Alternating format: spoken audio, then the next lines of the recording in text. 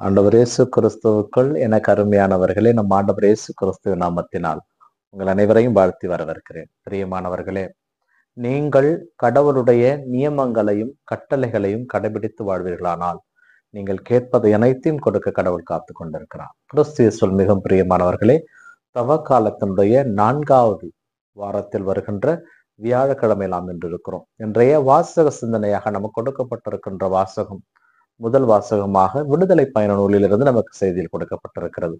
இதிலே இஸ்ரவேல் மக்கள் அனைவரையும் எகிப்திலிருந்து மோசேயை கூட்டி வந்து அவர்களை பாளையத்திலே அமர வைத்துவிட்டு ஆண்டவரை சந்திக்க மோசே செல்கிறார். அங்கே மோசேவுக்கும் ஆண்டவருக்கும் இடையே நடந்த அந்த உரையாடலை தான் இன்றைய முதல் வாசகமான நமக்கு கொடுக்கப்பட்டிருக்கிறது. இதிலே ஆண்டவர் மோசேவிடம் என்ன சொன்னார், அதற்கு மோசே பதிலுக்கு என்ன சொன்னார் என்பதுதான் இன்றைய வாசகங்களிலே நமக்கு மிகவும் சிறப்பாக கொடுக்கப்பட்டிருக்கின்ற வாசகங்கள். இதில் தான் இறைவனுடைய அன்பை நம்மால் புரிந்து கொள்ள முடியும். அவர் கோபப்படுவார், அவர் காயப்படுத்துவோரும் அவரே, கட்டுப்படுவோரும் அவரே என்று எசாயா இறைவாக்கினர் சொல்லுவார் அல்லவா, அது போல ஆண்டவர் கோப கனலிலே மோசையை பார்த்து சொல்கிறார், மோசே நீ இங்கிருந்து இறங்கி போ, நீ கூட்டி வந்த மக்கள் உம் மக்கள் என்று சொல்வார் இந்த இடத்துல கடவுள். ஏனென்றால் நானே உங்கள் கடவுளாகி ஆண்டவர், நீங்களே என்னுடைய மக்களாக இருப்பீர்கள் என்று வாக்குத்தத்தம் கொடுத்த ஆண்டவர் கோபத்தின் காரணமாக மோசையிடம் சொல்வார், உன் மக்கள் என்ன செஞ்சிருக்காங்கன்னு போய் பார். அவர்கள் பொன்னால் ஒரு கண்ணுக்குட்டியை செய்து, இஸ்ரவேலே நீரே எங்களை எகிப்திலிருந்து மீட்டு கொண்டு வந்தீர் என்று சொல்லி கொண்டிருக்கிறார்கள். அதனால் நான் கோபமாக இருக்கிறேன், இந்த மக்களை நான் அழித்தொழிக்கப் போகிறேன், அதனால் என்னை அமைதியாக விட்டுவிடு என்று மோசையிடம் சொல்லுகிறார். மேலுமாக ஆண்டவர் மோசையிடம் சொல்லுகிறார், உன்னை நான் பேரினமாக்குவேன். அவர்கள் முடியும். ஏனென்றால் ஆரம்பத்திலே ஆதாம் ஏவாளை படைத்த பொழுது, அவர்களுடைய சந்ததியாக நோவா வந்த பொழுது, நோவாவுக்கு முந்தி உள்ள அத்தனை பேரையும் ஆண்டவர் அழித்தார். ஏனென்றால் அவருடைய இதய சிந்தனையானது தவறாக இருந்தது. அதுபோல இந்த இடத்துல மீண்டுமாக ஆண்டவர் மோசையிடம் சொல்லுகிறார், உன்னை பேரினமாக்குவேன் என்று. ஆனால் மோசே ஆண்டவரிடம் மிகவும் கெஞ்சுகிறார், ஆண்டவரே வேண்டாம், மிகவும் வல்லமையோடும் ஆசீர்வாதத்தோடும் இந்த மக்களை நீர் எகிப்திலிருந்து மீட்டு கொண்டு வந்திருக்கிறேன்.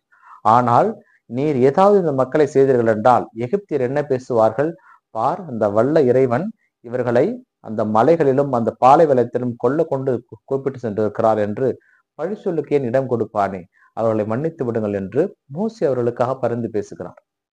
மேலுமாக ஆபிரகாம், ஈசாக்கு, யாக்கோப்பை நினைத்து பாருங்கள், அவருடைய வழி சந்ததியினரை நினைத்து பாருங்கள் என்று ஆண்டவரிடம் மேலும் மேலும் பேச ஆண்டவர் மனம் இறங்குகிறார், மன்னிக்கிறார்.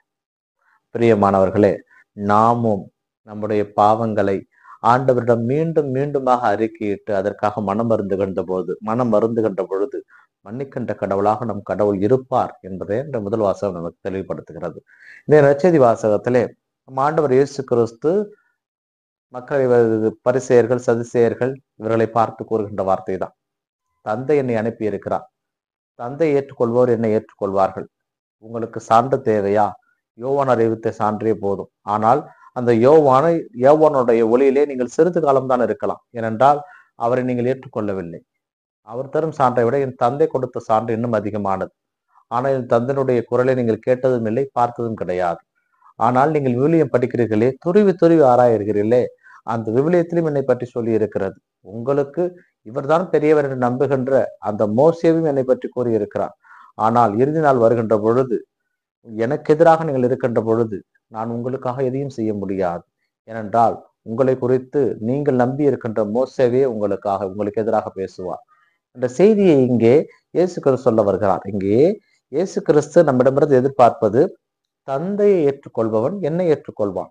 ஏனென்றால் நான் தந்தையினுடைய பெயராலே வந்திருக்கிறேன், தந்தை என்னை அனுப்பி இருக்கிறார், அவர் என்னிடம் என்னவெல்லாம் செய்ய சொன்னாரோ அதை செய்ய வந்திருக்கிறேன், அவருடைய கட்டளைகளையும் நியமங்களையும் நான் நிறைவேற்ற வந்திருக்கிறேன் என்று சொல்லுகிறார். பிரியமானவர்களே, நம் ஆண்டவர் இயேசு கிறிஸ்து நமக்கு கொடுக்கின்ற கட்டளைகளும் நியமங்களும் என்னவென்றால், நம் கடவுளாகி ஆண்டவர் அவரை தவிர வேறு கடவுள் உனக்கு இல்லாமல் போவதாக, உன்னை நீ நேசிப்பது போல உனக்கு அடுத்திருப்பவன் நேசி. இதுதான். இதை மட்டும் நாம் செய்ய ஆரம்பித்து விட்டோம் என்றால் கடவுளுடைய அன்பிலிருந்து நம்மை ஒருபோதும் ஒருவராலும் பிரிக்க முடியாது. ஏனென்றால் இறைவனுடைய அன்பில் நாம் இணைந்திருக்க வேண்டுமானால் நம்மை நாம் எந்த அளவுக்கு அன்பு செய்கின்றோமோ அதுபோல நமக்கு அடுத்து இருப்பவர்கள், நமது பக்கத்து வீட்டுக்காரர்கள், இந்த உலகிலே வாழ்கின்ற அத்தனை மனிதர்களையும் நாம் அன்பு செய்வோமானால் நம்மிடம் பகைமை இருக்காது, வெறுப்பு இருக்காது, கோபம் இருக்காது. இவை அனைத்தும் சாத்தானுடைய செயல்பாடுகள். அதிலிருந்து நாம் வெளிவர வேண்டுமானால் ஆண்டவரை அன்பு செய்வோம். இந்த நாள் இனிய நாளாகவே அமையட்டும். இறைவனை சென்று வாழ்த்து பெறுவாராக. ஆமேன்.